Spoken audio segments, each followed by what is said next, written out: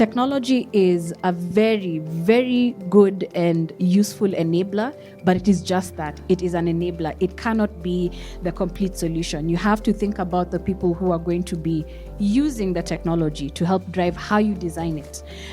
You have to think about what kind of data you're going to be collecting, whether it is exposing people to risks, and what you're going to do with it as well to help you design how best to make use of it. Where data is concerned, in the past few years, what we have been doing is working kind of bottom up and also top down to affect change. In 2023, we worked with the Tony Blair Institute for Global Change on a multinational project in Senegal, Ghana, and Malawi to provide training to the governments on digital skills development and in particular on data and responsible data management. On the strategies that we can use in order to see this technology are being used in our community settings is to first create awareness so that these people, they can know what is the benefit of using maybe data science methods in improving maybe their health. Another way is to invest. We need to invest in infrastructure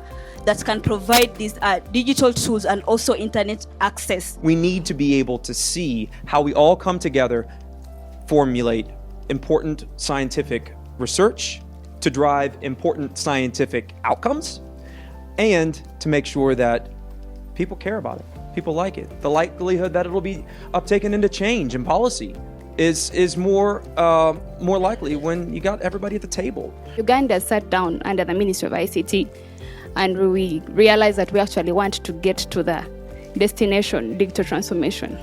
So we set out a roadmap to that, which has different steps, and one of the steps was to have a national data strategy to see how we rationalize policies, set up infrastructure, clean up the data collection processes, access, data protection, everything, to streamline how we can actually get the best of our data, clean, utilize it, move forward. When the internet came about, civil society was very critical in providing information. The businesses provided the infrastructure. They still continue to provide the infrastructure.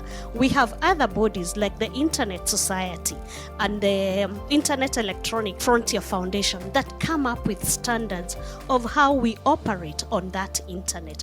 And then lastly, government has come in quite lately to provide that space for us to operate on that internet in a way that has rules. The more difficult conversations we need to be having is actually understanding what kind of data are we regulating, and for me, I want to focus mostly on the free flow of data across Africa, because I think that's very, very important, right?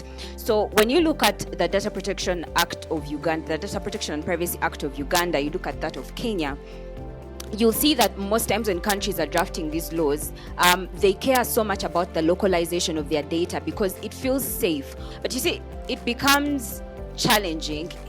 Data is not important if it can't move across countries. That's how we are able to actually foster innovation across boundaries. That's how innovators, for example, in South Africa, might be able to understand the Ugandan market, right? Because that data has to be able to move. So we need to expand the conversation in terms of what kind of data it is we are dealing with, but how do we allow it to freely flow across Africa so that I can tap into market in another country.